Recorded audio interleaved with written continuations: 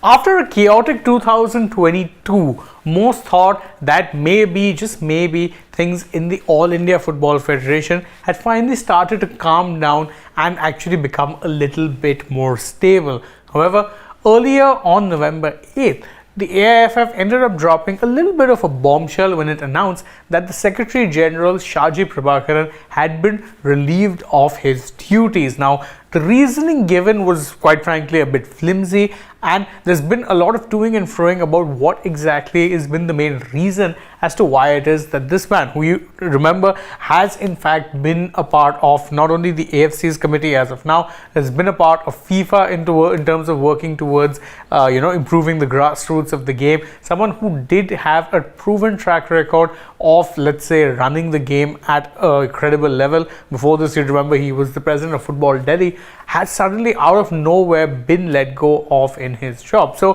what exactly is the AIFF's and the AIFF president's reasoning, and what exactly has been the reaction to this, and what could possibly be the main reason? Because again, the reason that was given by the AIFF was not a very clear one. We'll take a look of all of that and more in this particular video. So to start things off, this is what the statement in which he was relieved, or his sacking was announced, had said. The AIFF statement said that the AIFF hereby announces that the services of Dr. Shaji Prabhakaran have been terminated due to breach of trust with immediate effect as of November 7th, 2023. Now again, this is a pretty short, curt statement, and in fact there is another line, but that only confirms who would be taking over the role on an interim basis, which, truth be told, again doesn't really get to the reason. Breach of trust could be pretty much anything. There's a lot of things that could be there, and there is some speculation which we'll get to in a bit. But beyond that, we do have also a soundbite, you can say,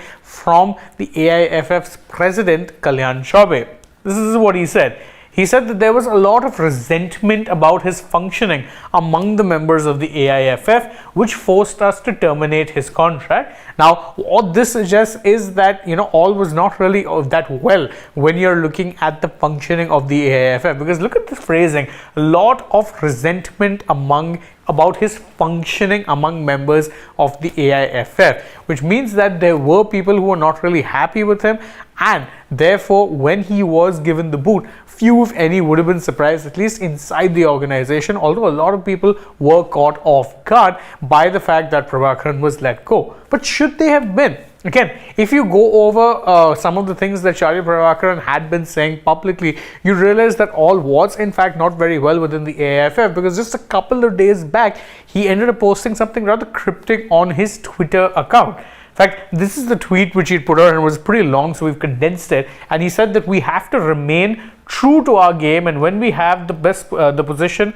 of power and influence, then our responsibility is far higher to do our work with sincerity and dedication without any personal interest. Never allow personal interest to dominate the mind and decisions. Let's focus on our mission to transform football and make India proud. There can't be a bigger satisfaction in life than to see India shining on the pitch on a bigger stage. So again, all of this reads like it is someone trying to point out that, truth be told, there is a little bit of friction, and this came just 2 days prior, which means that if you go over the date of when it is that he was let go, which is 7th, it was just a day prior that he was saying this on his public social media account for everyone to see, suggesting that personal interests were dominating, let's say, the decisions that some people were trying to make. Now, that in itself does cast a little bit of doubt over what exactly was going on at the AIFF, because again, it's pretty clear that the two parties were not in fact on the same page. So that is pretty evident at this point that there was definitely some friction there in that regard. So what exactly that friction was, we don't quite know yet, but we do also have an updated, let's say, response from Shaji Prabhakaran, because once again he took to Twitter and said this: AIFF's decision to terminate me comes as a shock. We were working as a team. Charging me for quote-unquote breach of trust is a massive allegation.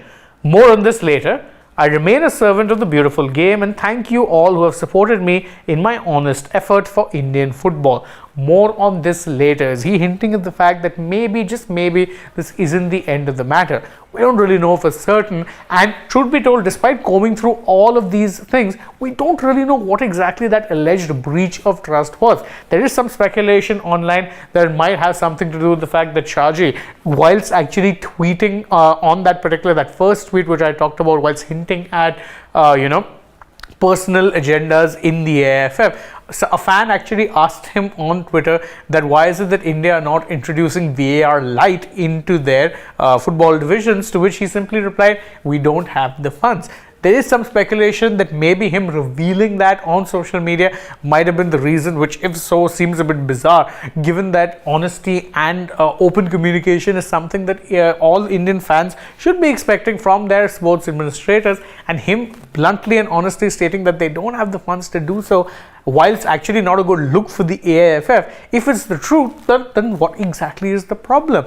Is it a case of optics coming in the way? Is there more to the story that meets the eye? Because again, there do seem to be a lot of statements out there which suggest that all was not well within the AIFF's core group. Either which way, it does leave the AIFF with another key position to fill, and it comes at a time when the Indian football team has actually been doing rather well, and so it is unfortunate that once again it is the off the field matters that are dominating the sport. But hey, one can hope that maybe they'll find someone good and suitable for the position who'd be able to work in tandem with the current members, because that, it was pretty clear, was something that was not happening with Shaji Prabhakaran. But what are your thoughts on this entire matter? You can let us know them in the comments below, and don't forget to like this video, share it with your friends, subscribe to the channel, tap that bell icon, follow us on social media. We're on Instagram, Twitter, Facebook. Don't forget to download the SportsTak app, and if you're already on the channel, go right ahead, check out some other videos we've done, and stay tuned. We have plenty more coming your way. For now though, from my side, it's goodbye.